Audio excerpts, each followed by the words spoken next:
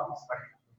चलो बेटा आपके सामने कुछ क्वेश्चंस हैं। क्लासिफाई एज प्योर सब्सटेंस और मिक्सचर। आपको क्लासिफाई करनी है कि इसमें से कौन प्योर सब्सटेंस है या मिक्सचर। ओके, एयर मिक्सचर, एक मिक्सचर है। It's a homogeneous mixture of what? Gas in gas. It's a homogeneous mixture. Air एक होमोजेनियस, मैं लिख रहा हूं homogeneous mixture. Graphite pure substance, pure substance. Graphite बनी हुई है कार्बन से। Graphite is pure substance, PS. Oxygen pure substance, सिर्फ ऑक्सीजन से, जो ऑक्सीजन गैस होती है वो सिर्फ ऑक्सीजन से बनी होती है, तो pure substance. Brass mixture, mixture. Brass बनी हुई है कॉपर और जिंक के मिलाने से। कॉपर और जिंक को आप मिक्स कर देते हो तो ब्रास बनती है। तो brass is a homogeneous mixture. Solid solid mixture होती है ना, सॉलिड सॉलिड सॉल्यूशन बोलते हैं। स्टील स्टील भी एक एलॉय होती है। Steel is also an alloy. It's of निकल, आयरन और क्रोमियम को मिला के हम लोग बनाते हैं। निकल, आयरन और क्रोमियम को मिला के बनाते हैं, तो obviously it's what? It's the mixture only. तो ये एक होमोजेनियस मिक्सचर होगी। ये भी ब्रास भी एक होमोजेनियस मिक्सचर है, HM। आयरन, लोहा, pure substance, pure substance. 22 carat gold, हाँ एक अच्छा क्वेश्चन। प्योर सब्सटेंस, नहीं बेटा देखो, गोल्ड जो प्योर होती है ना वो 22 कैरेट गोल्ड होती है। मार्केट में प्योर गोल्ड जो अवेलेबल है उसको मार्किंग दिया जाता है 24 कैरेट का, बट ज्वेलरीज जो बनाया जाता है ना वो 22 कैरेट गोल्ड से बनाया जाता है। क्योंकि 24 कैरेट गोल्ड का ज्वेलरी आप बनाओगे तो टूट जाएगी, बहुत सॉफ्ट होती है। तो हम लोग गोल्ड 22 कैरेट बनाते हैं। एक्चुअली 22 पार्ट उसमें प्योर गोल्ड रहता है और 2 पार्ट हम लोग कॉपर या सिल्वर मिला देते हैं, ठीक है ना। 22 पार्ट का मतलब क्या हुआ? देखो 22 पार्ट गोल्ड और 2 पार्ट कॉपर या सिल्वर मिला दिया है, तो 22 कैरेट प्योर गोल्ड नहीं होती, एक मिक्सचर है। कॉपर उसमें मिली हुई, तो it's a mixture, homogeneous mixture बोल सकते हैं, ठीक है ना। अंडरस्टूड? तो अच्छी क्वेश्चन थी। A mixture can be classified as dash or dash? Homogeneous और हेटेरोजेनियस, होमोजेनियस और हेटेरोजेनियस, ठीक है ना। A saturated solution contains dash amount of solute at a given temperature. Fixed, maximum maximum, ठीक है ना। सैचुरेटेड सॉल्यूशन में मैक्सिमम अमाउंट ऑफ सॉल्यूट होती है एट अ गिवन टेम्परेचर, ठीक है। Define solubility. the maximum amount of a solute that can be dissolved in 100 gram of water at a given temperature. हाँ, 100 gram water मत बोलो बेटा, 100 ग्राम solvent बोलो, कोई भी चीज में मिला के बना सकते हैं ना, ठीक है ना।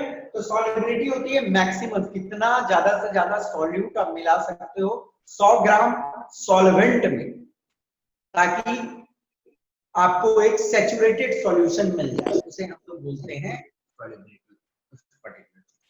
ठीक है ना। आई सपोज आइडिया क्लियर होगी।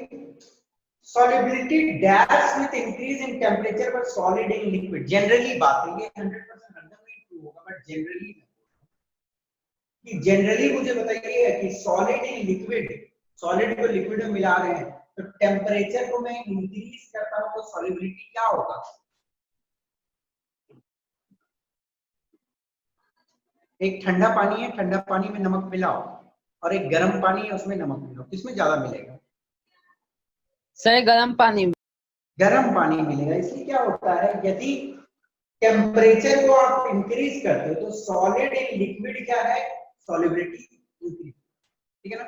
Solubility increases with increase in temperature. Camphor in air, camphor, camphor मतलब समझ रहे हो ना, जो कपूर को बोलते हैं। Camphor in air is example of dash solution. कैसी सॉल्यूशन का ये एग्जांपल एनीबॉडी? नहीं याद है? Sir sublime. नहीं, मैं सॉल्यूशन किस टाइप की सॉल्यूशन है? Solid solution So gaseous. It is solid gas solution.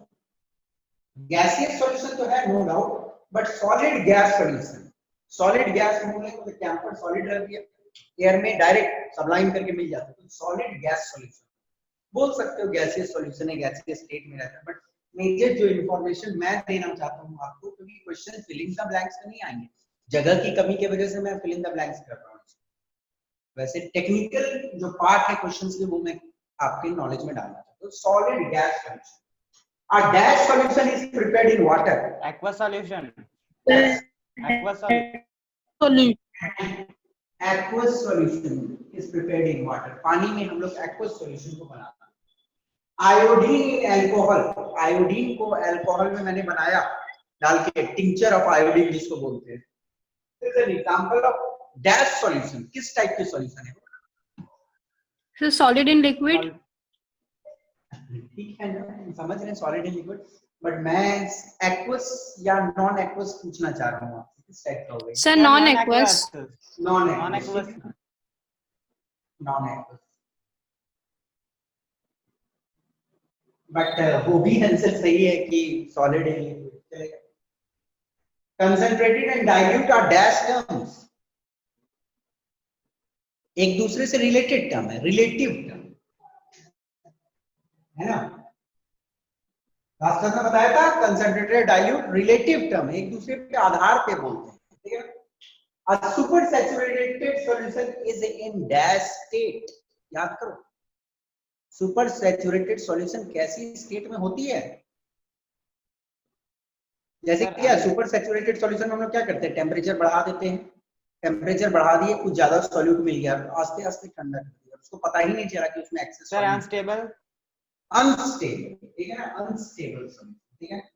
क्यों अनस्टेबल? क्योंकि देखो हम लोग आस्ते आस्ते ठंडा कर देते हैं और उसको पता ही नहीं चलता है कुछ मेरे में किया गया है, तो मिला हुआ रह जाता है, बट हल्का सा हिलाओगे तो एक्सेस सॉल्यूट जो है वो निकल जाता है, तो unstable state to naked eyes. The solute particles in solution are dash visible to naked eyes. Solution Are not. not visible to naked eyes. थोड़ी सी कॉन्सेप्चुअल क्वेश्चन है, स्कूल एग्जामिनेशन के लिए खासकर ऐसे इंपॉर्टेंट क्वेश्चंस होते हैं, तो बेटा प्लीज एक स्क्रीनशॉट ले लो या कुछ जो करना है कर लो, जल्दी से स्क्रीनशॉट ले लो, बेटर है, क्योंकि लिखोगे तो टाइम लगेगा। Sir, your voice is not coming clear. आएगी बेटा, आपकी नेटवर्क प्रॉब्लम होगी इसलिए आपको नहीं आ रही है, सबको मेरी आवाज। Okay, got it? चलो आगे बढ़ता हूं।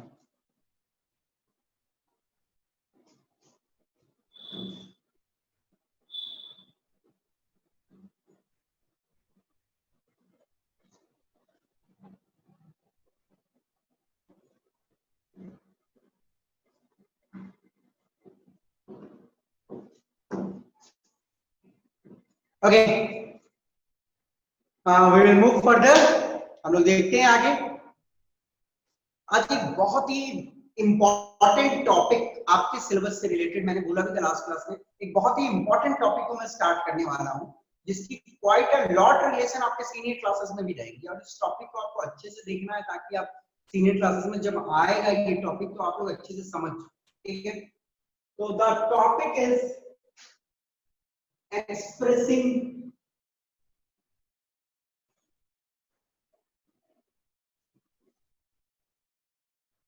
concentration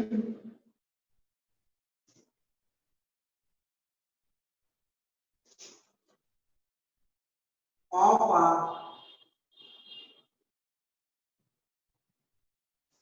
solution। हम लोग किस तरह सॉल्यूशन के कंसंट्रेशन को एक्सप्रेस करेंगे, किस तरह सॉल्यूशन की कंसंट्रेशन को एक्सप्रेस करेंगे या किस तरह बताएंगे।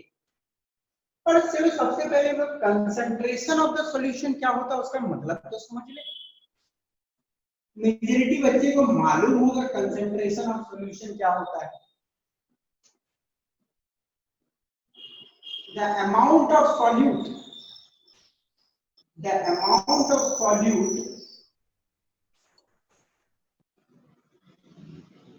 that is present in a given amount of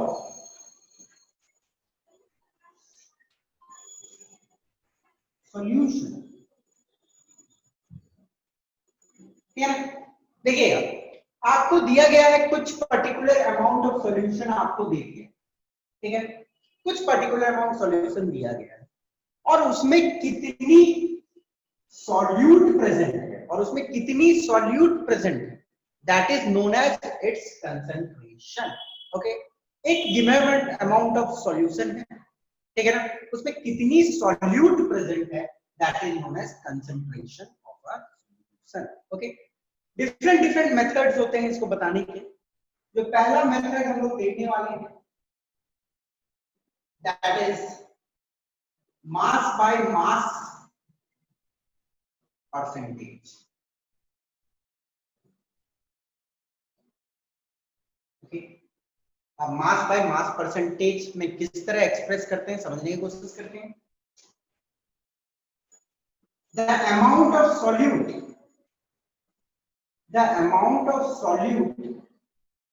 in grams, present in 100 gram of the solution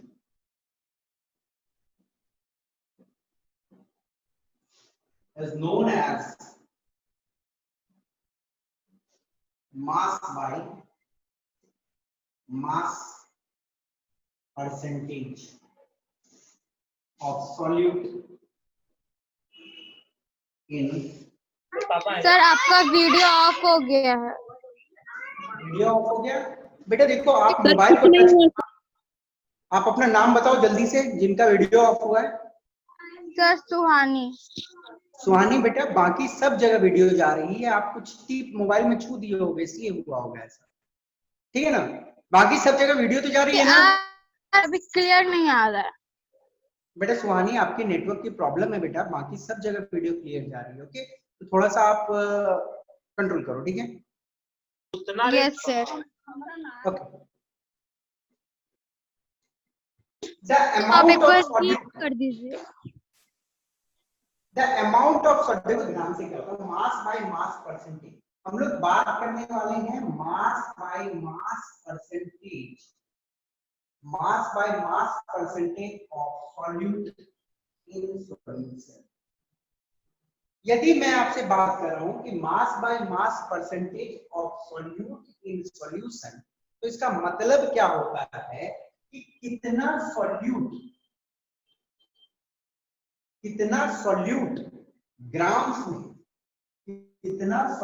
grams में आपने डिसॉल्व कर रखा है 100 ग्राम ऑफ द सॉल्यूशन में। तो 100 ग्राम सॉल्यूशन है आपके पास और 100 ग्राम ऑफ द सॉल्यूशन में कितनी ग्राम सॉल्यूट प्रेजेंट है, उसको हम बोलेंगे मास बाय मास परसेंटेज।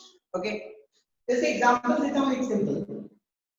यदि आपको दिया हुआ, देखो ये सब मेथड यूज होती है इंडस्ट्रीज में, कंपनीज में, डिफरेंट चीज जो बिकता है उसकी कंसंट्रेशन को बताने के लिए कि कितना सॉल्यूट उसमें मिला हुआ हो। यदि मानो आपको लिखा हुआ है 10%, ध्यान से लेंगे, ऐसे लिखा हुआ है 10% WWNaOH सॉल्यूशन, या सिंपली समझ लो कि NaCl सॉल्यूशन, 10% WWNaCl सॉल्यूशन। तो इसका मतलब क्या होता है बेटा? देखो 10 ग्राम NaCl in 90 gram of water, ठीक है, या इसको ऐसे भी समझो 10 ग्राम NaCl in 100 gram of solution, या ये भी आप साथ में बोल सकते हो 10 या 100 ग्राम सॉल्यूशन है और 10 ग्राम NaCl है, तो आप बोल सकते हो इन 90 ग्राम ऑफ वाटर, क्योंकि टोटल जो है सॉल्यूशन 100 ग्राम है, तो 100 ग्राम सॉल्यूशन कैसे बना होगा, 10 ग्राम NaCl होगा तो 90 ग्राम वाटर होगा। तो कहीं भी आपको लिखा हुआ मिले कि 10% WWNaCl सॉल्यूशन, तो इसका मतलब यही होता है कि 10 ग्राम NaCl 100 ग्राम सॉल्यूशन ग्राम वाटर में मिलाया गया है। वही तो है अमाउंट ऑफ सॉल्यूट, कितनी सॉल्यूट ग्राम्स में प्रेजेंट है 100 gram of the solution. Okay, understood, very simple. इसका फॉर्मूला क्या होता है, मास बाय मास परसेंटेज को हम लोग WW से भी डिनोट करते हैं, W बाय W परसेंट, ठीक है। W बाय W लिखे, इसका मतलब है मास बाय मास परसेंटेज होता है, ठीक है ना। सॉल्यूट का भी मास ग्राम में, सॉल्यूशन का मास भी ग्राम में, ठीक है। W बाय W परसेंट, इसका मतलब क्या होगा, मास ऑफ सॉल्यूट, ठीक है ना। फॉर्मूला ऐसे क्वेश्चंस आएंगे, मास of solute divided by mass of solution into 100, okay. ये है मास बाय मास परसेंटेज का मतलब। बहुत सिंपल में, ज्यादा आपको कॉम्प्लेक्स दिमाग नहीं लगाना है यहाँ पे। मास बाय मास परसेंटेज का मतलब सिर्फ यही होता है कि कितना सॉल्यूट आपने 100 ग्राम सॉल्यूशन में मिला के रखा हुआ है, उसका फॉर्मूला होता है mass of solute divided by mass of solution in 100। और यदि आपको कहीं ऐसा लिखा हुआ मिले, कोई दवाई का डब्बा है या कुछ है, तो 10% WWNaCl सॉल्यूशन, इसका मतलब समझो कि 10 ग्राम सॉल्यूट है और 90 ग्राम पानी में मिलाया। बहुत सिंपल में और कुछ, ठीक है। आई सपोज आपको समझ आ गई होगी। किसी को भी कोई डाउट तो आप मुझसे पूछ सकते हो। Any problem?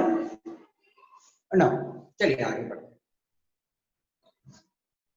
अब मानो सर लास्ट का मत मिटाइएगा।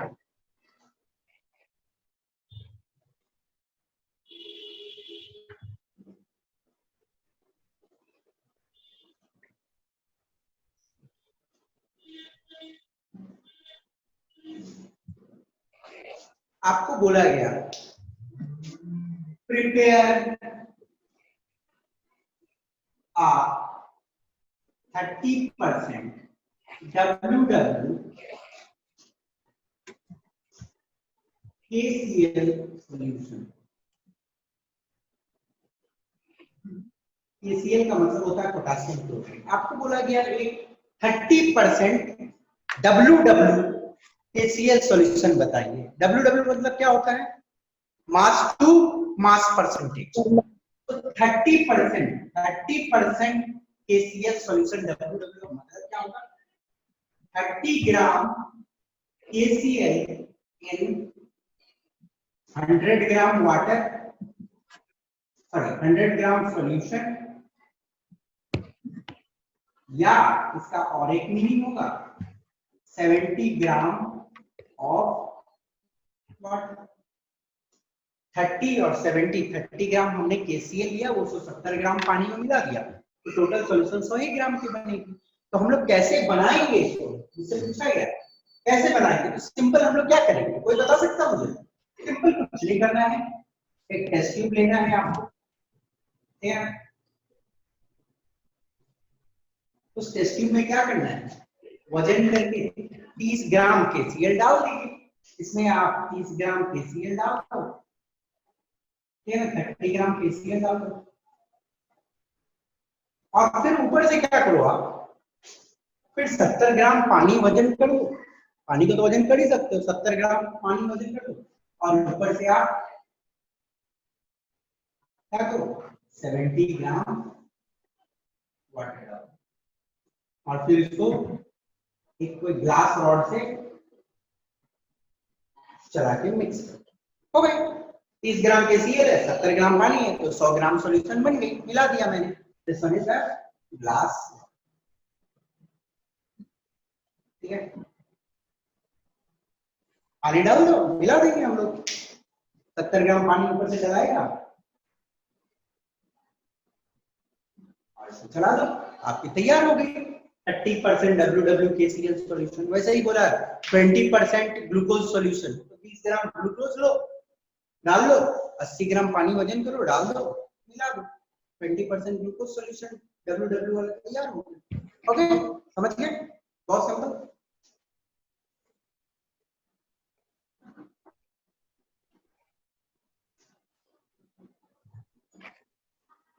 देखो बेटा, ये तो एक मेथड है, this one is one method जहां पे हम कंसंट्रेशन को एक्सप्रेस कर रहे हैं। कंसंट्रेशन को कैसे एक्सप्रेस किए? ग्राम of solute in gram of solution, तो उसको बोले मास बाय मास। ठीक है, अब दूसरा तरीका और है कंसंट्रेशन को एक्सप्रेस करने का, that is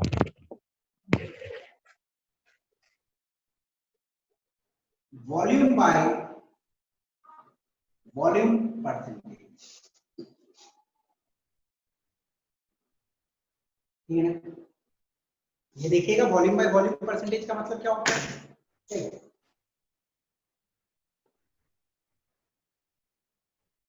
The volume of solute in milliliter ml। ठीक है, हम लोग ने कुछ सॉल्यूट लिया है, कुछ मिलीलीटर सॉल्यूट लिया है, ठीक है ना, dissolved in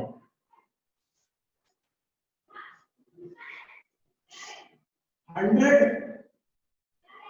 ml of solution is known as volume by volume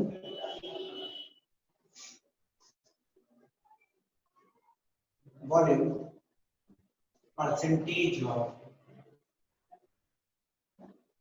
solute in solution। तो इससे पहले हम लोग ने मास को मास से रिलेट किया, मास of solute, mass of solution, ठीक है ना, दोनों को डिवाइड किया था into 100।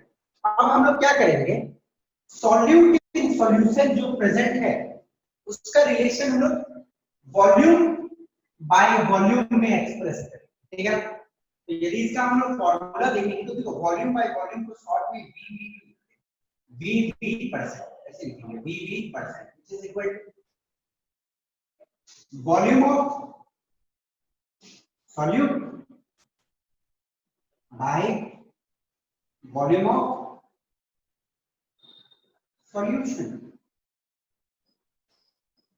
into 100।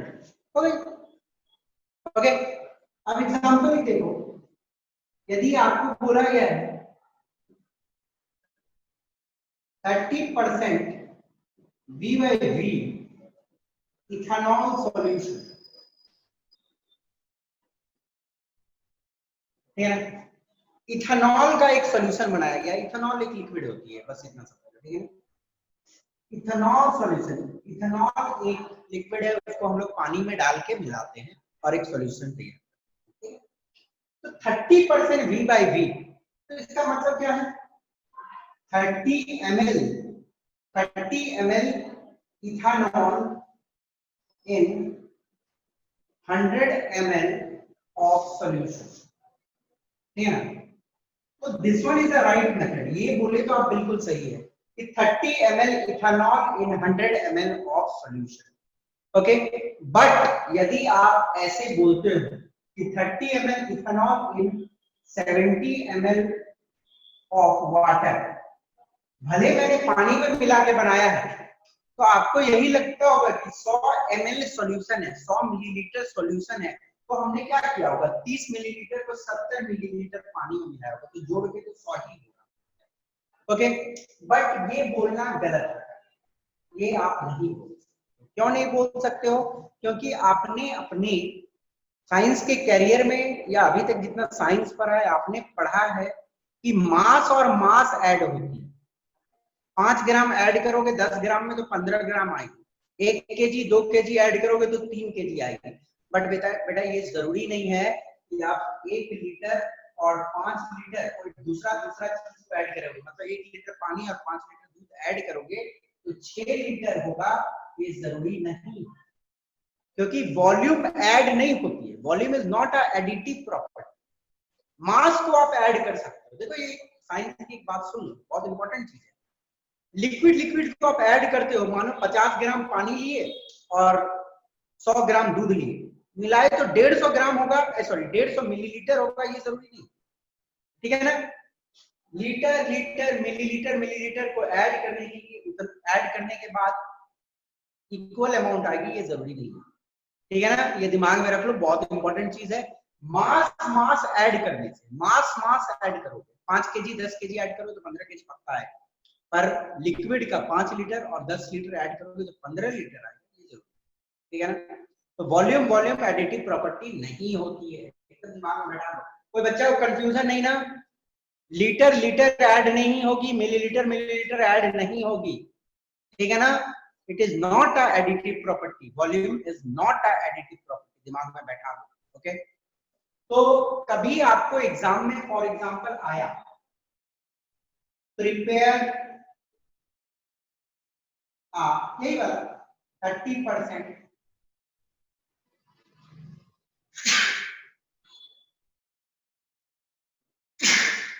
prepare a 30% B by B solution of ethanol। तो कोई बच्चा कैसे बनाएगा इसको, मुझे बता सकता है? कोई भी बच्चा बताओ। आपको बोला गया 30% B by B solution of ethanol बना, ओके। आपको ये तो समझ आ रहा है, इसका मतलब क्या है, 30 ml ethanol in 100 ml of solution, ये आपको समझ आ रहा है, पर इसको बनाओगे कैसे? आपके सामने एक छोटा सा क्वेश्चन है, कैसे बनाओ? एनीबॉडी? देखो इसको बनाने का तरीका क्या है,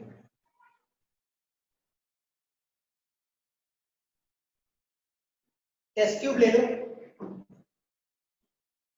सबसे पहले क्या किया, बोला कि आपको ये बनाने के लिए, तो आप ये क्या कर सकते हो कि 30 ml इथेनॉल ले लो। तो आप एक काम करो, नाप के इसमें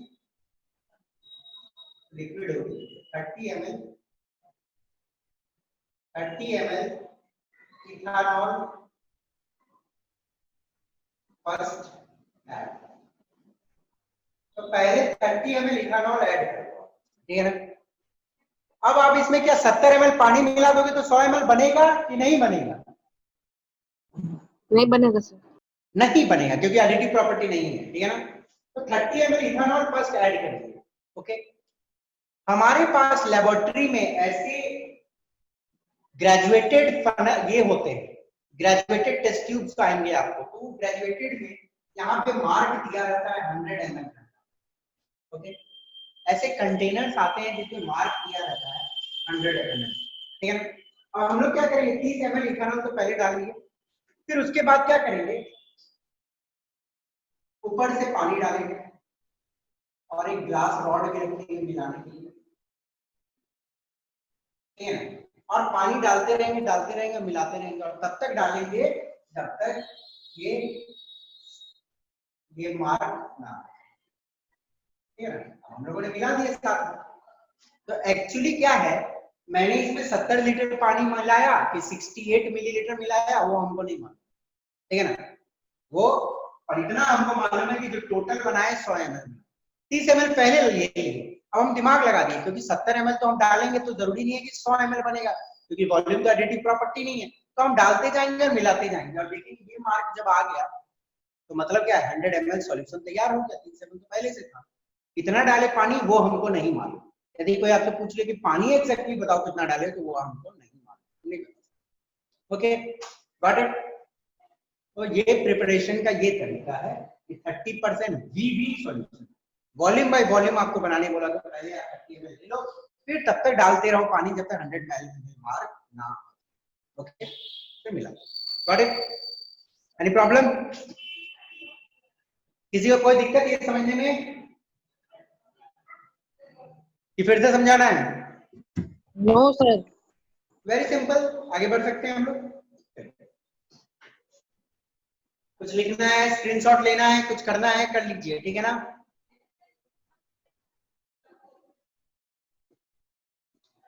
okay, we will move forward.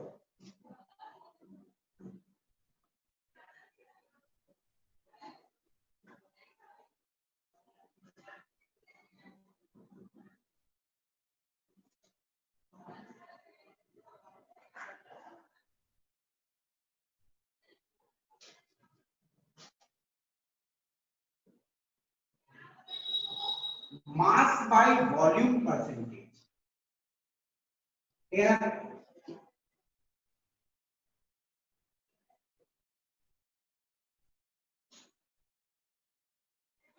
Mass by volume percentage, ये तीसरा तरीका है एक्सप्रेस करने का कंसंट्रेशन। कैसे करेंगे? इसका डेफिनेशन हम देंगे तो it is the mass by volume. Mass मतलब सॉल्यूट का मास, मतलब सॉल्यूट लेंगे ग्राम में और वॉल्यूम ऑफ द सॉल्यूशन रहेगी मिलीलीटर। समझ गए? मास सॉल्यूट का मतलब सॉल्यूट जो लेना है ग्राम में लेना है और सॉल्यूशन की जो टोटल वॉल्यूम होगी वो मिलीलीटर में है। ओके, तो देखो डेफिनेशन देखते हैं। It is the amount of solute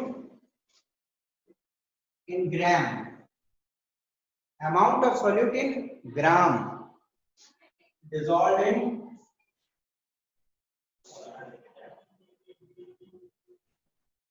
100 ml of solution।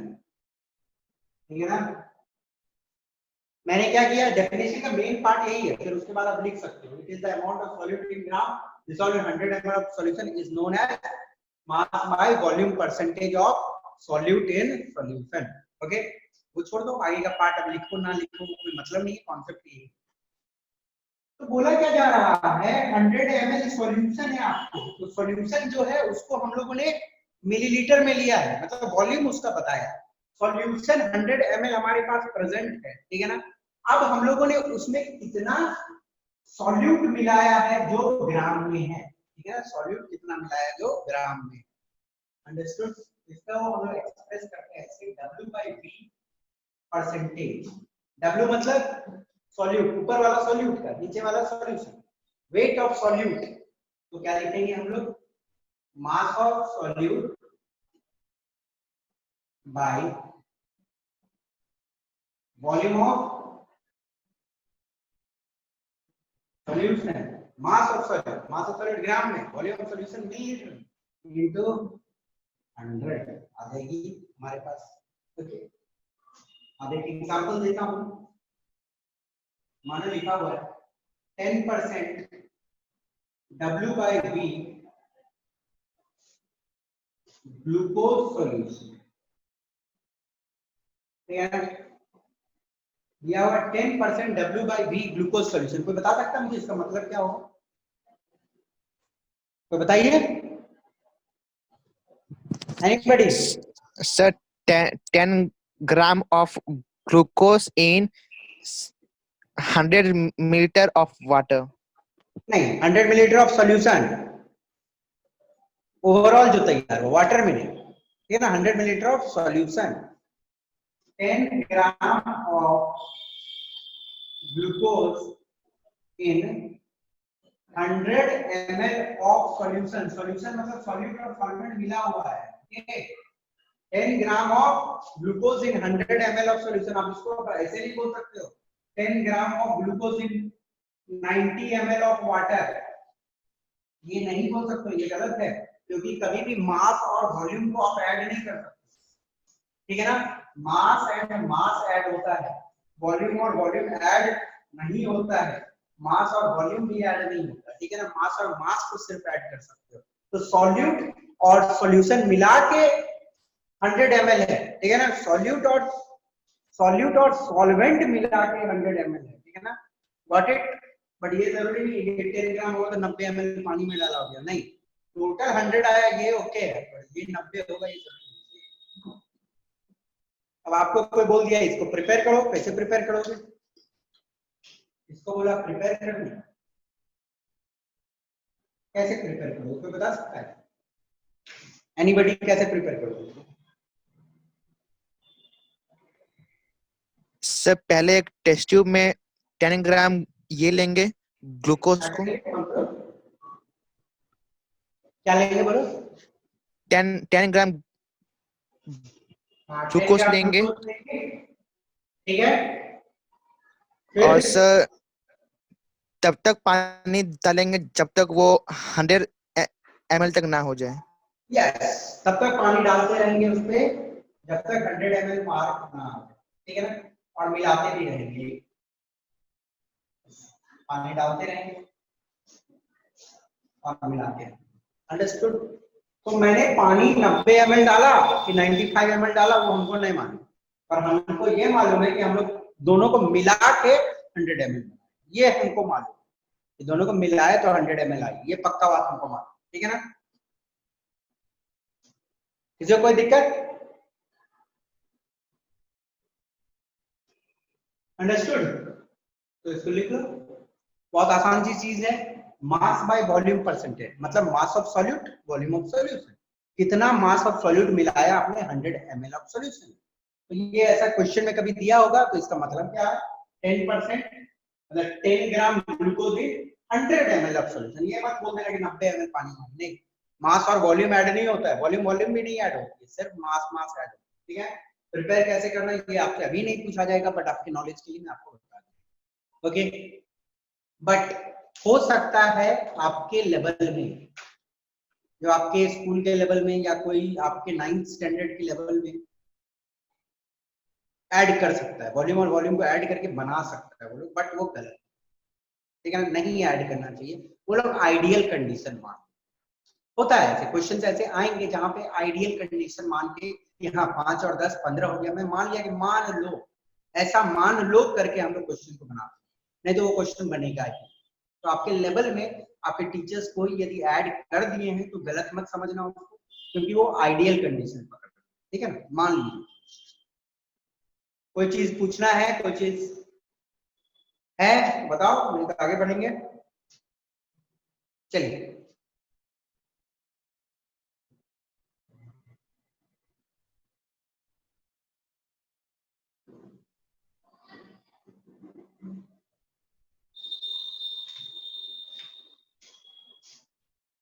एक होती है पीपीएम और पीपीबी, ठीक है ना? ये भी एक तरीका है एक्सप्रेस करने का।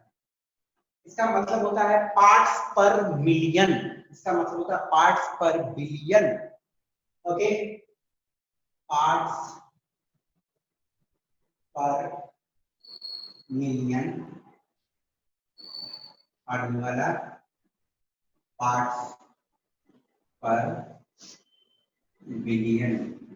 ओके, मिलियन आप सभी को मालूम होगा 10 टू द पावर 6 को बोलते हैं, बिलियन 10 टू द पावर 9 को, ठीक है ना? अंडरस्टूड? तो देखो क्या होगा, ये यूनिट्स कब यूज किए जाते हैं? ये यूनिट जब यूज किए जाते हैं जब सॉल्यूट बहुत कम, it is used when there is only trace amount of solid, trace का मतलब होता है बहुत कम, ना के बराबर ऐसा। it is used when there is only trace amount of solute in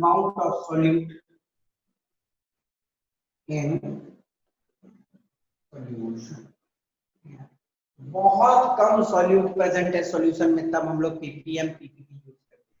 तो देखो पीपीएम का फॉर्मूला क्या हो सकता है? Gram of solute by gram of solution into 100 में, यदि पीपीएम है तो इनटू 10 टू द पावर 6, और यदि पीपीबी है तो gram of solute by gram of solution into 10 to the power 9, ठीक है ना? ये दिमाग में रखना है, gram of solution into 10 to the power 6, parts per million निकालना है, parts per billion, gram of solute by gram of solution into 10 to the power 9, कितनी सॉल्यूट ग्राम में है, कितनी टोटल सॉल्यूशन की वजन है, into 10 to the power. Okay, और ये कब यूज होता है? बहुत कम सॉल्यूट रहेगा जब सॉल्यूशन में ना के बराबर, और यहाँ पे ऑल्टरनेटिवली आप ग्राम के जगह मिलीलीटर भी यूज कर सकते हैं, तो दोनों मिलीलीटर, तो millilitre of solute bye millilitre of solution, millilitre of solute bye millilitre of solution, ठीक है ना? वो कर सकते हो। तो ये तो कुछ तरीका है एक्सप्रेस करने का कंसंट्रेशन को। कंसंट्रेशन मतलब कितनी सॉल्यूट सॉल्यूशन में प्रेजेंट है, ओके, कितनी सॉल्यूट सॉल्यूशन में प्रेजेंट है। नॉर्मली वो सब जगह into 100, parts per billion, parts per million में 10 टू द पावर 6 और 10 to the power 9, okay.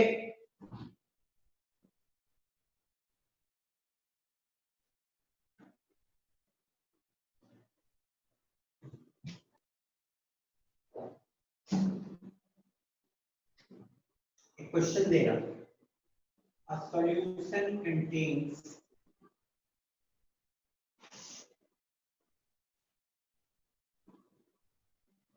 40 gram of NaCl and 60 gram of water. Calculate the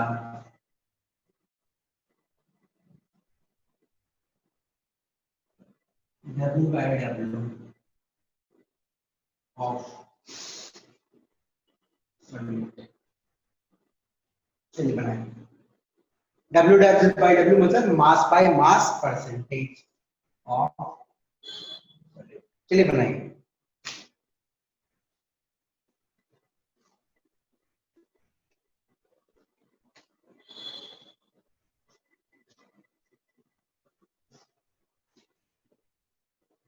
बनाओ, कोई सिंपल सा फॉर्मूला यूज करना है, W by W 10%.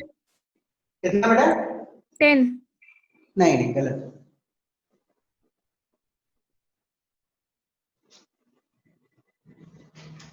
कितना बोले? 10%। हाँ सही है 40 और 360 ठीक है, सही है, गुड। चलो कैसे बनाएं? तो सबसे पहले हम लोग को टोटल मास ऑफ सॉल्यूशन निकाल लेना है। तो टोटल मास ऑफ सॉल्यूशन कितनी है? 360 ग्राम ऑफ वाटर और 40 gram of NaCl। 40 gram solute है कि नहीं?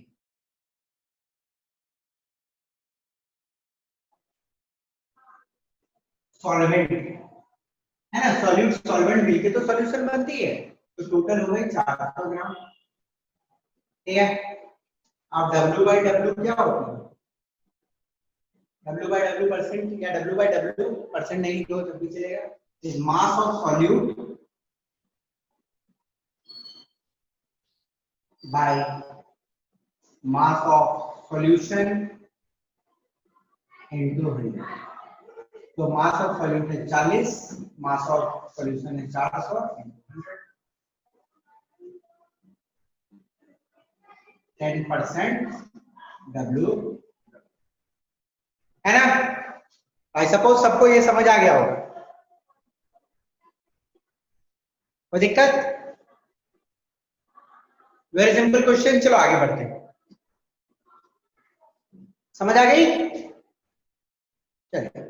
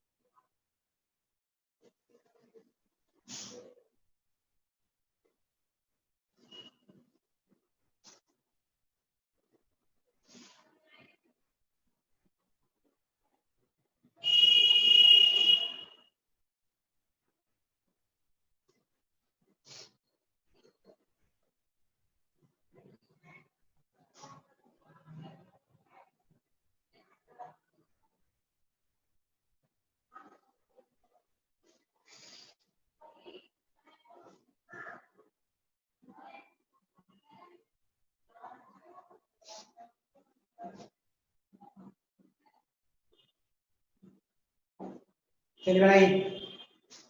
सिंपल सी क्वेश्चन है।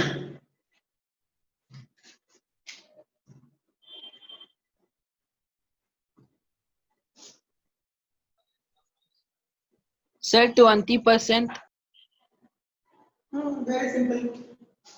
तो 180 ml ऑफ सॉल्यूशन दिया हुआ, सॉल्यूशन की weight 180 ml। V by V percent का फॉर्मूला होता है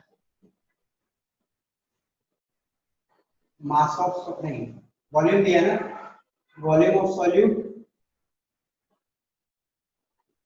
bye volume of solution into 100। Volume of solute दी हुई है 45 और ये दिया हुआ है 180। तो 45 कितना जा 4 जा है ना, 45 4 जा 180। तो कितनी आ जाएगी? So 25%. हाँ 25%, 20%।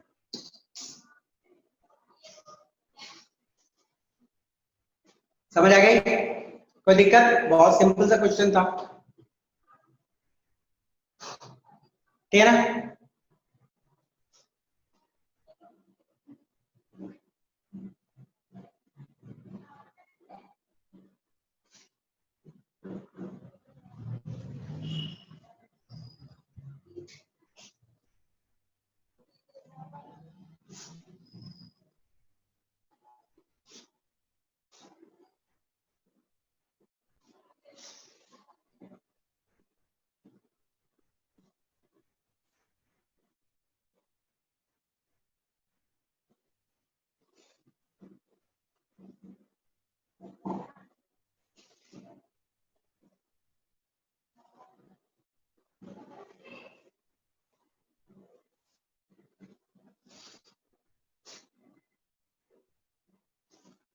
चलिए बनाइए, देखिए और बनाइए।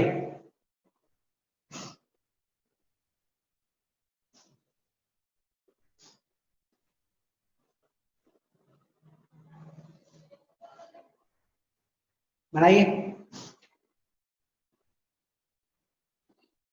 एक सॉल्यूशन है जिसकी वजन दी हुई है 1 kg। एक सॉल्यूशन है जिसकी वजन है 1 kg, ठीक है? और आपको बोला गया है कि 3 मिलीग्राम ऑफ सॉल्यूट उसमें डिसॉल्व है, तो express in terms of ppm और ppb। ओके, देखिए बनाइए। चलिए, ये अच्छी क्वेश्चन।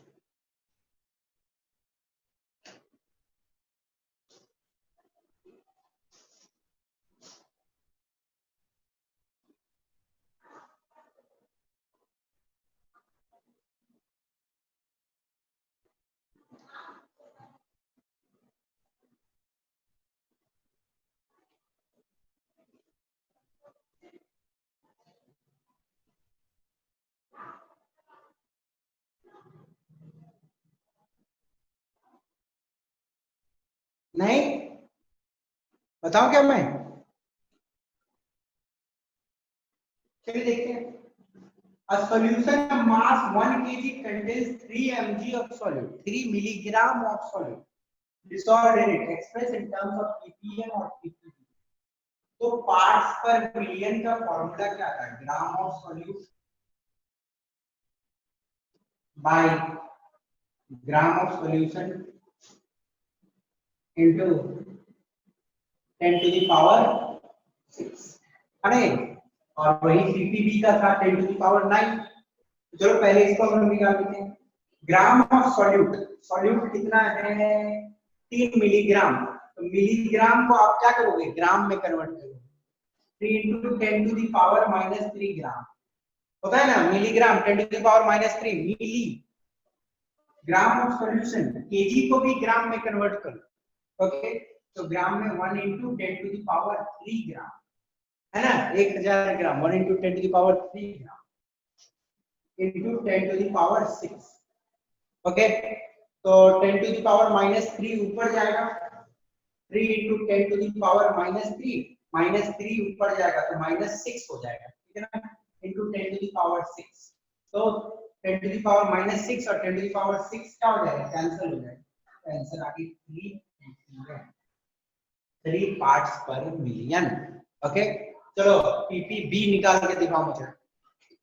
पीपीबी का आंसर क्या होगा? सेम तरीका होगा, मुझे बताना है कैसे होगा।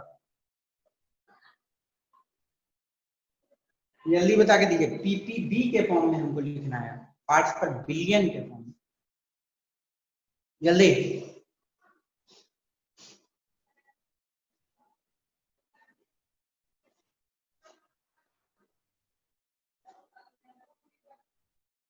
किसी का बना?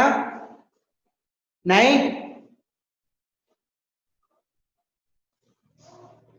चलिए, यदि पीपीबी निकालना पड़ता है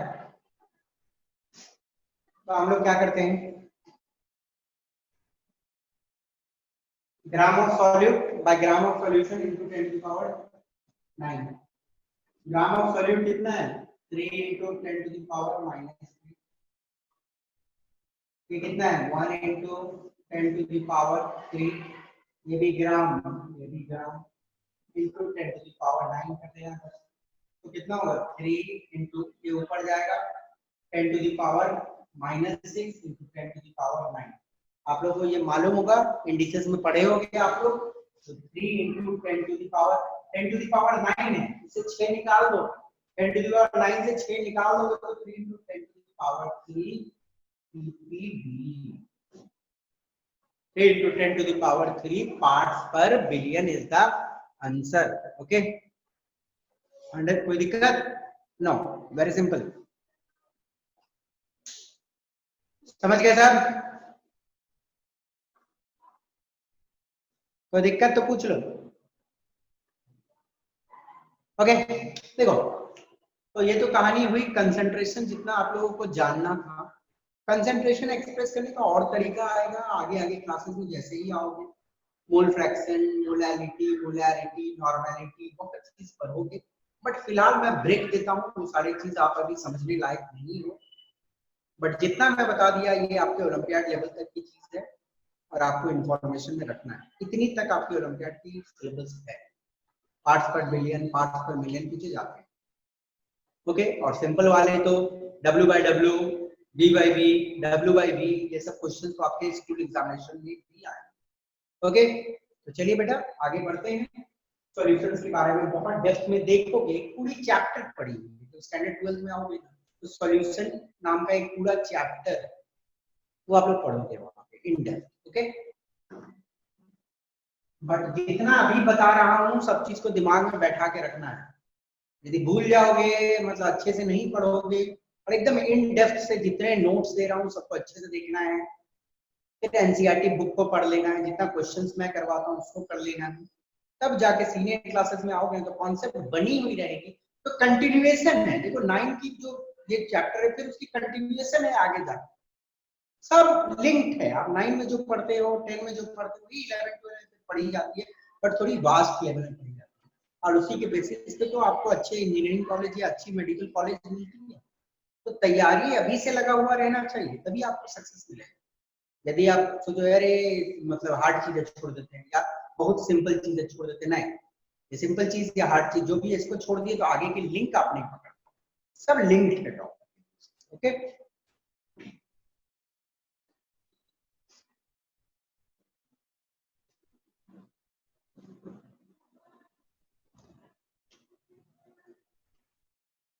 चलिए सॉल्यूशन के बारे में इतना ही हम लोग देखते हैं। Next will come to a part known as suspension. Suspension क्या होता है?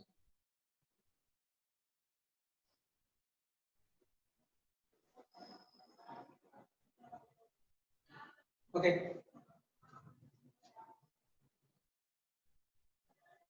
देखो सस्पेंशन बेसिकली क्या है, जब आप पानी में देखोगे मिट्टी मिला दो तो मिट्टी क्या पूरी तरह से उसमें मिल जाता है?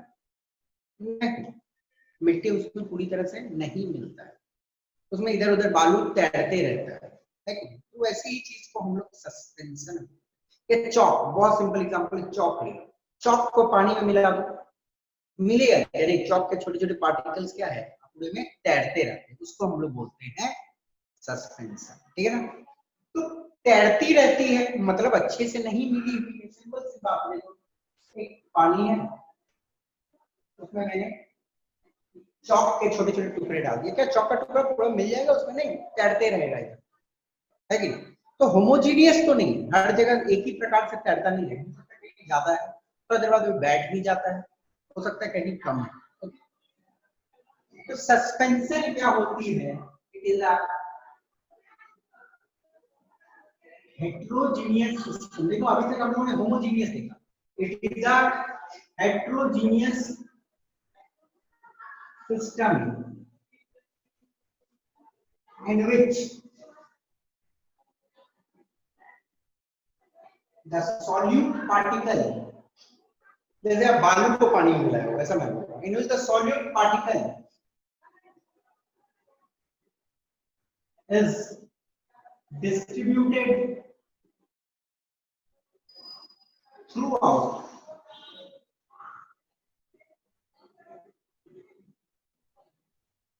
throughout the solution, throughout without dissolving in it.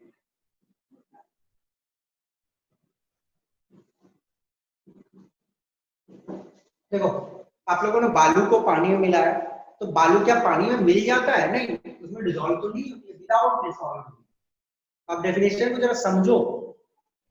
Heterogeneous system है, सीधी सी बात है कि पूरी तरह से नहीं मिलती है, तो जो कंपोजिशन है पूरे में सेम नहीं रहते, कहीं ज्यादा रहेगा कहीं कम रहेगा। ये एक हेट्रोजीनियस सिस्टम होती है in which the solute particle is distributed throughout, पूरे में फैला हुआ रहता है बट यूनिफॉर्म तरीके से नहीं फैला, is distributed throughout without dissolving in it। उसके इंटरमॉलिक्यूलर स्पेस के बीच में तो एंटर नहीं करता है, वो तैरते रहता है।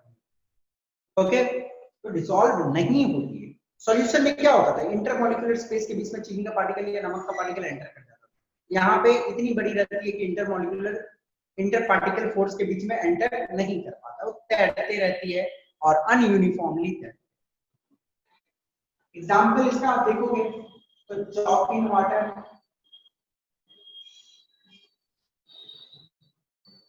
या बोल सकते हो आप मड इन वाटर, मिट्टी को पानी में मिलाए हुए। Okay,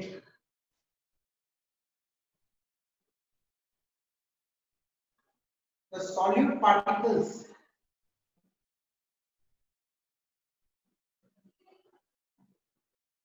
are large enough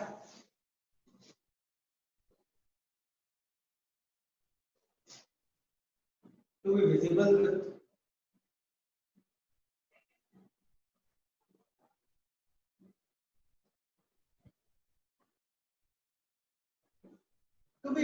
naked eye। solute particle देखो बालू भी दिखता है, चौक का पार्टिकल पानी में मिला दोगे लाख वो आपको दिखते रहेगा। ओके, तो विजिबल विद नेकेड आई होती है, आपकी नेकेड आई से आपको दिखती है। क्यों दिखती है? क्योंकि सॉलिड की जो साइज होती है बड़ी रहती है। ओके, कितनी बड़ी रहती है? वो 1000 नैनोमीटर से ऊपर साइज की रहेगी, तो उससे आपको भी दिमाग नहीं लगाना साइज वैसे। Okay, got it? Solid particles are large enough to be visible with naked eye. They settle as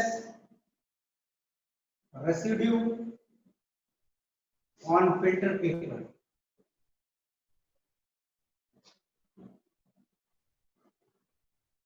देखो बेटा, फिल्टर पेपर से आप यदि सस्पेंशन को पार करने का कोशिश करोगे तो पार नहीं, मतलब जो सॉल्वेंट है वो तो निकल जाएगा, पर उसका जो सॉल्यूट है वो फिल्टर पेपर के ऊपर में एज अ रेसिड्यू सेटल हो जाएगा, मतलब नीचे नहीं आता, छन जाता है।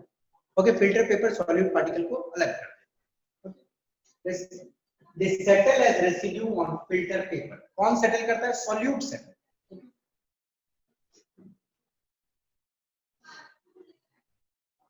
The solute particle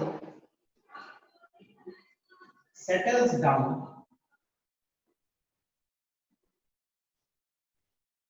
if suspension is left undisturbed। If suspension is left undisturbed,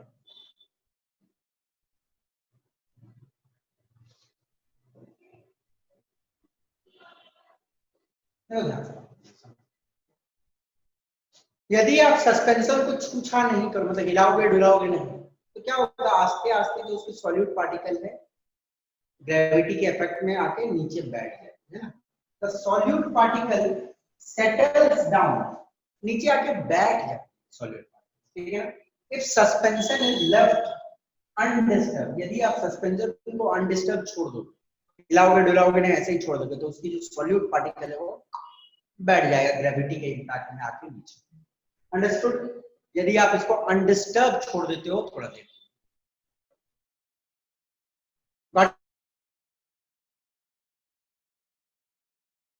कि जो आपकी सस्पेंशन होती है वो एक अनस्टेबल चीज है। सस्पेंशन इज अनस्टेबल, ध्यान देना। स्टेबल रहता तो बैठता नहीं, जैसे सॉल्यूशन स्टेबल होता है, सस्पेंशन स्टेबल नहीं। तो सस्पेंशन के बारे में ये तो छोटी सी डिस्कशन हुई, और सस्पेंशन को इन डेप्थ आपको सीनियर क्लासेस ही में पढ़ने को मिलेगा, फिलहाल नहीं देखना है ज्यादा इसका। सस्पेंशन पार्ट को हम लोगों ने खत्म किया, नेक्स्ट क्लास में कोलाइड्स के साथ, ठीक है ना। We will study colloids. तो कोई भी डाउट है या कुछ पूछना है इस स्क्रीन में तो पूछ लो बेटा, एनीथिंग? नहीं तो फाइन, चलिए मीट करते हैं नेक्स्ट क्लास में। और जितना मैंने पढ़ाया पढ़ के आना, क्योंकि नेक्स्ट क्लास में कुछ क्वेश्चंस डिस्कस कर लेंगे पहले, फिर आगे बढ़ेंगे, क्योंकि टाइप पार्ट ये चैप्टर बहुत पार्ट्स है। ओके, मतलब बहुत सारे कॉन्सेप्ट को एक जगह इस चैप्टर में डाला गया। तो नेक्स्ट हम लोग कोलाइड्स देखेंगे और आगे बढ़ेंगे सिलेबस। चलिए, थैंक यू फॉर टुडे, मिलते हैं नेक्स्ट क्लास।